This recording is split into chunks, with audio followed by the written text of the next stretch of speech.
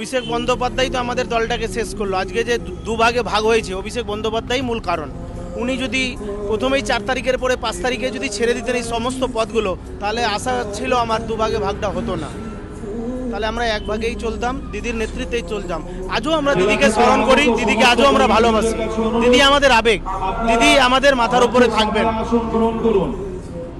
তাহলে আমরা যেটা দেখলাম যে এখনো পর্যন্ত যদি আমরা ভিড় দেখি, সেখানে কিন্তু মমতা বন্দ্যোপাধ্যায় এগিয়ে।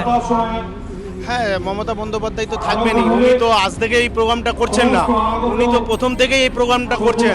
আজকে কংগ্রেসও করছে, আবার এই দেখে আবার আবার যেটা আপনারা বলছেন বিরোধী শিবিররাও করছে, তাহলে এটা তো এরা প্রথম, একটু সময় তো লাগবেই। আমরা ঋতব্রত বাবুর বক্তব্য শোনার জন্য এসেছি।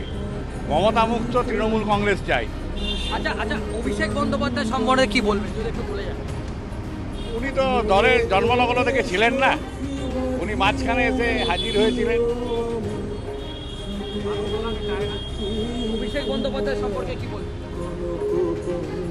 দেখুন, মূলত আজকে আমরা 21শে জুলাই আমাদের একটা আবেগ।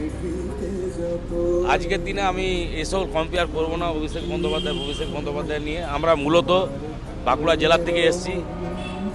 মাননীয় আমাদের বাঁকুড়া জেলার সভাপতি রথীন ব্যানার্জির নেতৃত্বে আমরা এসেছি। প্রতি বছরই আসি আমরা। 21শে জুলাই এইবার প্রথম না। তো মূলত আমরা ঋতব্রত বন্দ্যোপাধ্যায়ের বক্তব্য শুনতে এসেছি। আচ্ছা, এখনো পর্যন্ত মমতা ব্যানার্জি যেটা 21শে জুলাই করছেন, ওখানে বেশি ভিড় হয়েছে, আপনাদেরটা একটু কম হয়েছে। দেখুন, সেটা হতেই পারে, কারণ এবারের যে 21শে জুলাই, সেই 21শে জুলাই আগে একটাই হতো, এবারে তিনটে 21শে জুলাই হচ্ছে। একদিকে মমতা বন্দ্যোপাধ্যায় যারা পিছনের দিকে আছে হচ্ছে, একটা ইয়ে হচ্ছে, কংগ্রেসও করছে। তো স্বাভাবিকভাবেই একটু বিচ্ছিন্নভাবে হচ্ছে বলেই হয়তো একটু কম লাগছে। তা আজকে মমতা ব্যানার্জির উদ্দেশ্যে আপনি কি বলবেন? মমতা ব্যানার্জি তো দলটা তৈরি করেছিলেন। নিশ্চয়ই দিদি দলটা তৈরি করেছিলেন, এটা তো অস্বীকার করার কোনো জায়গা নেই। 34 বছরের শাসনকে উৎখাত করেছিলেন তিনি।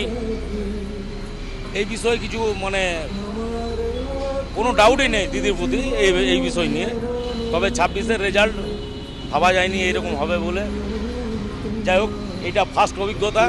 অভিষেক বন্দ্যোপাধ্যায় তো আমাদের দলটাকে শেষ করলো। আজকে যে দুভাগে ভাগ হয়েছে, অভিষেক বন্দ্যোপাধ্যায় মূল কারণ। উনি যদি প্রথমেই 4 তারিখের পরে 5 তারিখে যদি ছেড়ে দিতেন এই সমস্ত পদগুলো, তাহলে আশা ছিল আমার দুভাগে ভাগটা হতো না, তাহলে আমরা এক ভাগেই চলতাম, দিদির নেতৃত্বেই চলতাম। আজও আমরা দিদিকে স্মরণ করি, দিদিকে আজও আমরা ভালোবাসি। দিদি আমাদের আবেগ, দিদি আমাদের মাথার উপরে থাকবেন। তাহলে আমরা যেটা দেখলাম যে এখনো পর্যন্ত যদি আমরা ভিড় দেখি, সেখানে কিন্তু মমতা বন্দ্যোপাধ্যায় এগিয়ে। হ্যাঁ, মমতা বন্দ্যোপাধ্যায় তো থাকবেনই। উনি তো আজ থেকে এই প্রোগ্রামটা করছেন না, উনি তো প্রথম থেকেই এই প্রোগ্রামটা করছেন। আজকে কংগ্রেসও করছে, আবার এই দেখে আবার আবার যেটা আপনারা বলছেন বিরোধী শিবিররাও করছে, তাহলে এটা তো এরা প্রথম, একটু সময় তো লাগবেই। আমরা ঋতব্রত বাবুর বক্তব্য শোনার জন্য এসেছি। মমতা মুক্ত তৃণমূল কংগ্রেস চাই। আচ্ছা, অভিষেক বন্দ্যোপাধ্যায় সম্বন্ধে কি বলবেন যদি একটু বলে যান। উনি তো দলের জন্মলগ্ন থেকে ছিলেন না, উনি মাঝখানে এসে হাজির হয়েছিলেন। অভিষেক বন্দ্যোপাধ্যায় সম্পর্কে কি বলবেন? দেখুন, মূলত আজকে আমরা 21শে জুলাই আমাদের একটা আবেগ। আজকের দিনে আমি এসব কম্পেয়ার করব না অভিষেক বন্দ্যোপাধ্যায় নিয়ে। আমরা মূলত বাঁকুড়া জেলার থেকে এসেছি। মাননীয় আমাদের বাঁকুড়া জেলার সভাপতি রথীন ব্যানার্জির নেতৃত্বে আমরা এসেছি।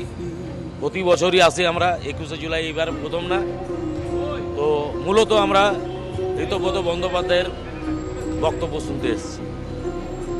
আচ্ছা, এখনো পর্যন্ত মমতা ব্যানার্জি যেটা 21শে জুলাই করছেন, ওখানে বেশি ভিড় হয়েছে, আপনাদেরটা একটু কম হয়েছে।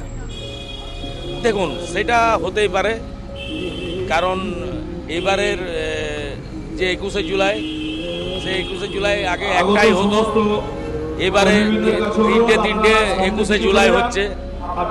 একদিকে মমতা বন্দ্যোপাধ্যায় যারা পিছনের দিকে আছে হচ্ছে, একটা ইয়ে হচ্ছে, কংগ্রেসও করছে। তো স্বাভাবিকভাবেই একটু বিচ্ছিন্নভাবে হচ্ছে বলেই হয়তো একটু কম লাগছে। তা আজকে মমতা ব্যানার্জির উদ্দেশ্যে আপনি কি বলবেন? মমতা ব্যানার্জি তো দলটা তৈরি করেছিলেন।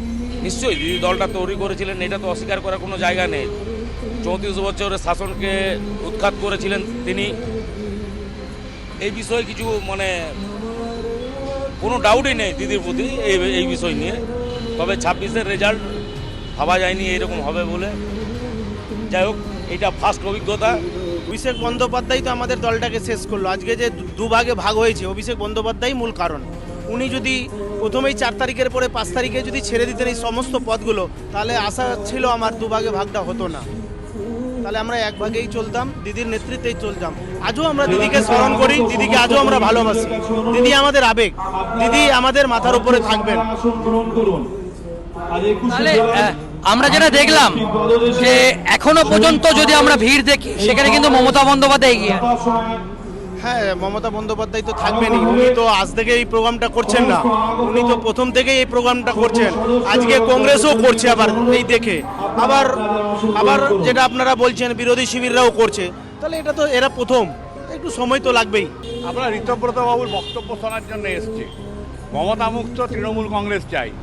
আচ্ছা, অভিষেক বন্দ্যোপাধ্যায় সম্বন্ধে কি বলবেন যদি একটু বলে যান?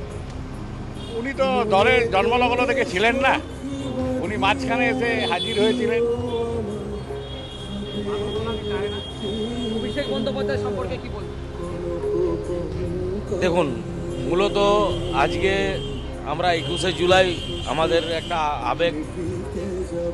আজকের দিনে আমি এসব কম্পেয়ার করবো না অভিষেক বন্দ্যোপাধ্যায় নিয়ে। আমরা মূলত বাঁকুড়া জেলার থেকে এসেছি। মাননীয় আমাদের বাঁকুড়া জেলার সভাপতি রথীন ব্যানার্জির নেতৃত্বে আমরা এসেছি। প্রতি বছরই আসি আমরা, 21শে জুলাই এবার প্রথম না। তো মূলত আমরা ঋতব্রত বন্দ্যোপাধ্যায়ের বক্তব্য শুনতে এসেছি। আচ্ছা, এখনো পর্যন্ত মমতা ব্যানার্জি যেটা 21শে জুলাই করছেন, ওখানে বেশি ভিড় হয়েছে, আপনাদেরটা একটু কম হয়েছে। দেখুন, সেটা হতেই পারে, কারণ এবারের যে 21শে জুলাই, সেই 21শে জুলাই আগে একটাই হতো, এবারে তিনটে 21শে জুলাই হচ্ছে। আপনারা আস্তে আস্তে একদিকে মমতা বন্দ্যোপাধ্যায় যারা পিছনের দিকে আছে আপনারা হচ্ছে, আস্তে আস্তে সামনের দিকে এগিয়ে যান। একটা ইয়ে হচ্ছে, কংগ্রেসও করছে। তো স্বাভাবিকভাবেই একটু মানে বিচ্ছিন্নভাবে হচ্ছে বলেই হয়তো একটু কম লাগছে। তা আজকে মমতা ব্যানার্জির উদ্দেশ্যে আপনি কি বলবেন? মমতা ব্যানার্জি তো দলটা তৈরি করেছিলেন। নিশ্চয়ই দিদি দলটা তৈরি করেছিলেন, এটা তো অস্বীকার করার কোনো জায়গা নেই। 34 বছরের শাসনকে উৎখাত করেছিলেন তিনি।